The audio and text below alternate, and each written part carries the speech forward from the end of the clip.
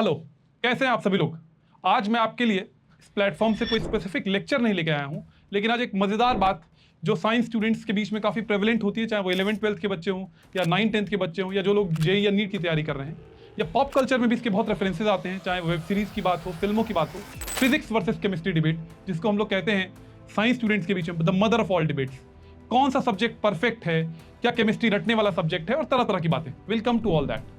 लेकिन इससे पहले शुरुआत करूं, मैं एक बात कहूंगा कि ये जो डिविजन्स हैं, चाहे फिजिक्स, केमिस्ट्री, बायोलॉजी, साइंसेस के बीच में जो डिविजन्स हैं, वो हमने किया है अपनी पढ़ाई को बेहतर और सिस्टमेटिक बनाने के लिए। साइंटिस्ट्स के बीच में, या जो लोग इन चीज़ों के बारे में पढ़ते रहे हैं, या जिन लोगों ने इन बारे में लॉज दिए, डिस्कवरीज दी, उनके बीच में ऐसा कोई डिफ्रेंसिएशन नहीं था। जैसे मैं कुछ लोगों का अगर नाम लूँ, फेरेडे का आप पढ़ते होगे, Faraday's laws of electrolysis chemistry में, फेरेडेज लॉ ऑफ इलेक्ट्रोमैग्नेटिज्म आप पढ़ते हो फिजिक्स में, इलेक्ट्रोमैग्नेटिक इंडक्शन में। इस तरह के बहुत सारे, विक्टर ग्रिग्नार्ड रिएजेंट जो ऑर्गेनिक केमिस्ट्री में इतना इंपॉर्टेंट रिएजेंट है, वो पहले एक मैथमेटिशियन थे।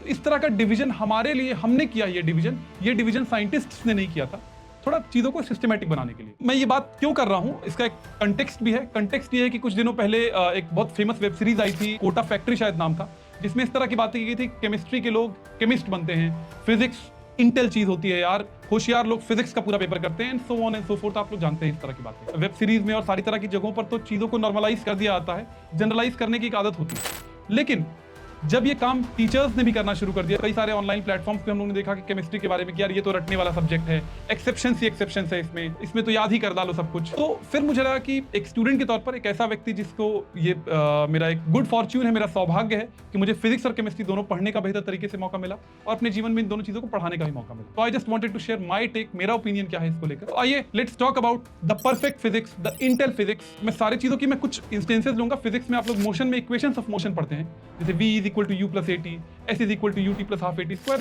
सब लोग आप लोग जानते हैं। ये प्रोजेक्टाइल मोशन वगैरह पढ़ते हैं, ये सारे इक्वेशंस हमें पढ़ाए जाते हैं। इसके बाद हम इस पे मैथमेटिकल सवाल करते हैं, जेई वगैरह में बहुत ज्यादा सवाल आते हैं, इस पर नीट में सवाल आते हैं, और इसमें दिमाग लगाया जाता है, तो इससे बहुत सारे ग्राफ्स बन जाते हैं, बहुत सारी चीजें हो जाती हैं, और बहुत फैसिनेटिंग लगता है, फैसिनेटिंग है भी, काफी सारी चीजें एक्सप्लेन करता भी। लेकिन एक बहुत प्रोमिनेंट सवाल आता है, 9th-10th के लेवल पर ज्यादा आता है, 11th-12th में भी आता है, कि अगर आपने एक बॉल और एक पंख को, माने एक स्टोन को, एक भारी चीज को एक हल्की चीज को आपने सेम हाइट से ड्रॉप किया है, तो कौन सी चीज जमीन पे जल्दी पहुंचेगी? और उसका जवाब होता है दोनों चीजें सेम टाइम पर पहुंचेंगी, क्योंकि दोनों के लिए एक्सेलरेशन सेम है, -g, और √2h/g से टाइम पीरियड आप निकाल लेते हैं। लेकिन क्या रियलिटी में ऐसा होता है? आप ड्रॉप करो एक स्टोन को और एक पंख को, एक फेदर को, तो आप देखोगे पंख तो फ्लोट कर रहा है जबकि स्टोन नीचे पहुंच जाएगा। तो problem is not the physics, जैसे हमें पढ़ाया गया था हूबहू उसको हम रियल लाइफ में लागू नहीं कर सकते, क्योंकि एक बहुत इंपॉर्टेंट अजम्पशन इन सारे इक्वेशंस के दौरान हम लेते हैं, वो है कि हम वैक्यूम में काम करते हैं।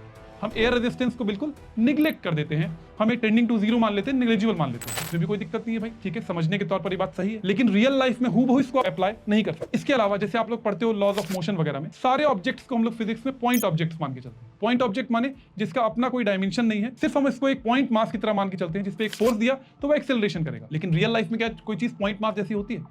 नहीं होती है।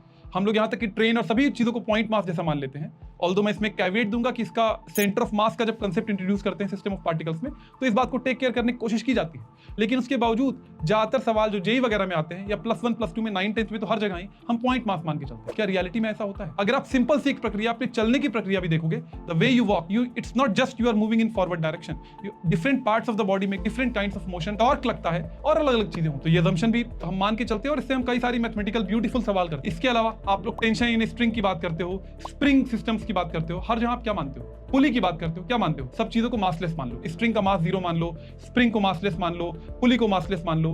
कई सारे सवालों में हम लोग जो ये सरफेस जो फ्रिक्शन देते हैं, हम लोग मान लेते हैं इनको स्मूथ मान लिया जाए। तो ये सारे अजम्पशंस लेकर हम बहुत सारी चीजें, हम फिजिक्स में लॉज ऑफ मोशन से लेकर इक्वेशंस ऑफ मोशन, हर जगह हम लोग लगाते हैं। और मैथमेटिकल जो सवाल भी हमसे पूछे आते हैं, वो इन्हीं असम्पशंस को टेक केयर करते हुए पूछे आते हैं। लेकिन आपसे कोई कहे कि इतनी थियरी के हिसाब से आप कोई मशीन डिजाइन कर दो, कोई पैराशूट डिजाइन कर दो, तो आप नहीं कर सकते। आप जब भी रियल लाइफ प्रॉब्लम्स को डील करोगे, तो आपको एयर रेजिस्टेंस को टेक केयर करना पड़ेगा। आप किसी बॉडी को पॉइंट मास जैसा नहीं मान सकते, आपको किसी सरफेस को परफेक्टली स्मूथ नहीं मान सकते। उन सारी चीजों को आपको टेक केयर करना पड़ेगा। इसीलिए +1 +2 में जो आपको फिजिक्स पढ़ाई जाती है, या 9th-10th में भी, उसका पर्पज आपको कोई मशीन डिजाइन करने लायक साइंटिस्ट बनाना नहीं होता है, बल्कि आपको एक बेसिक लेवल पर उसके मैथमेटिकल एप्लीकेशंस को समझाते हुए आपको फिजिक्स के कुछ बेसिक फंडा को इंट्रोड्यूस किया, और उसके आधार पर छोटे से छोटे से लेकर बड़े से बड़े सो कॉल्ड आईआईटी और जेईई जैसे एग्जाम्स में भी इन सारे असम्पशंस को टेक केयर करते हुए ज्यादातर सवाल पूछे। लेकिन अब यहीं पर अगर आप केमिस्ट्री से डील करो और खासतौर से इनऑर्गेनिक केमिस्ट्री, जिसके बारे में क्या कहा जाता है, जो केमिस्ट्री पढ़ता है भाई वो केमिस्ट बनता है, ये एक्सेप्शंस ही एक्सेप्शंस हैं। और एक मीम चलता है ना, एक्सेप्शन का भी एक्सेप्शन है, अरे बाप रे बाप। और फिर होता है इसमें रट लो, सारे एक्सेप्शन रट लो, सारे सवाल उसी पर आएंगे। लेकिन प्रॉब्लम केमिस्ट्री में नहीं है, प्रॉब्लम है केमिस्ट्री का डोमेन क्या है, आप किन चीजों को पढ़ रहे हो। केमिस्ट्री में एक्चुअली में हम रियल लाइफ चीजों को पढ़ रहे हैं। हम जब पढ़ते हैं सोडियम मेटल है, अब मेटल के बारे में जानते हैं, मेटल सारे हार्ड होते हैं, उनको आप काट नहीं सकते नाइफ से, लेकिन सोडियम कट जाता है, तो ये एक्सेप्शन हो गया। सोडियम सॉफ्ट मेटल है क्योंकि उसमें 1 इलेक्ट्रॉन होता है, वीक मेटलिक बॉन्डिंग होती है, वो सारी चीजें। लेकिन पॉइंट ये है कि जो भी हमने थियरी पढ़ रखी है, उन थियरीज को जब हम लागू करते हैं रियल लाइफ में, तो रियल लाइफ में जो चीजें हैं, चाहे वो एलिमेंट्स हैं, चाहे जो भी चीजें हैं, उनको ये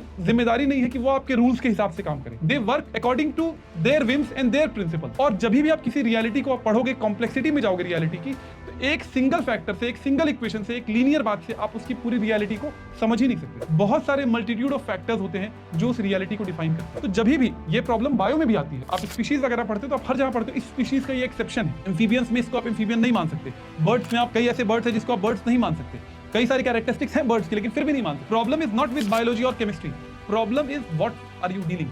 When you are dealing with plain concepts, तो आप वहां पर assumption से काम कर सकते हो, क्योंकि आपको वहां उसकी मैथमेटिक्स सीखनी है और बेसिक फंडा सीखना है। लेकिन जब किसी भी रियल लाइफ चीज को सीखोगे, तो आपको वहां पर उस रियलिटी को बहुत सारे वेरिंग फैक्टर्स के एक कॉम्बिनेशन के तौर पर पढ़ना पड़ेगा। जब जिस चीज का डोमेन रियल लाइफ चीजें होंगी, वहां पर कोई लीनियर लॉ, कोई simple law, straight forward law नहीं काम कर सकता, एक्सेप्शन आना मस्ट है। और एक्सेप्शंस के बारे में जहां तक बात है, एक्सेप्शंस दरअसल कुछ और नहीं है, वो रूल्स को जस्टिफाई करते हैं। मान लीजिए कोई रूल ही नहीं होता, कोई एक्सेप्शन ही नहीं होता, सब कुछ रैंडम होता, हमने रूल क्यों बनाया? रूल इस नाते बनाए ताकि आप उस रियलिटी को एक लेवल तक समझ सको।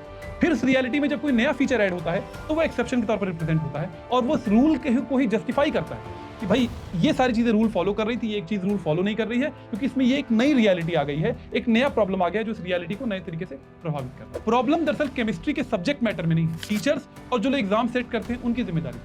सवाल एग्जाम्स में ऐसे सेट किए जाते हैं कि आपको एक्सेप्शंस को मेमोराइज करना पड़ता है। टीचर्स इंट्रोड्यूस करते समय बाय डिफॉल्ट कॉन्टिन्यूटी में, मतलब एक प्रोसेस के तौर पर उन एक्सेप्शंस को देखते नहीं है, बल्कि वो मानते हैं भाई ये रूल है, इसका ये अलग है, इसको ऐसे पढ़ लो, ये इनर्ट पेयर इफेक्ट होता है, याद कर लो इसमें इनर्ट पेयर इफेक्ट लगता है। जब आपको ऐसे कोई चीज इंट्रोड्यूस की जाएगी, तो ऑब्वियसली वो आपको बोरिंग लगेगी, डल लगेगी, आपको लगेगा इस पे दिमाग तो लगाना नहीं है, इसको तो रटना। तो प्रॉब्लम दो प्लेन पे, जैसे इन चीजों को इंट्रोड्यूस किया गया और जैसे एग्जामिनेशन में सवाल पूछे जाते हैं। कई बार टीचर हमारे भी हाथ बंधे हुए होते हैं, हमें कई चीज याद करानी पड़ती है कि हमें पता है एग्जाम में ये पूछा जाए। तो इसलिए ये debate chemistry versus physics versus chemistry के बजाय ये डिबेट होनी चाहिए how physics is taught and what is taught in physics and what is taught in chemistry and how chemistry is taught. The problem lies there, not in physics and chemistry as subject. जाते जाते मैं इतनी बात कहूंगा, हर subject अपने आप में खूबसूरत होता है और एक अंग्रेजी में कहावत होती है ना, the beauty lies in the eyes of the beholder. आप देखते कैसे हैं और आपको दिखाया कैसे गया उस रियलिटी को, वो डिफाइन करता है वो चीज़ कितनी खूबसूरत या कितनी इंटेलिजेंट, कितनी परफेक्ट है। विद दिस साइनिंग ऑफ, मैं इतना भी चाहूंगा कि आप सभी लोग भी इस डिबेट में पार्टिसिपेट करें, students, as teachers, as general people.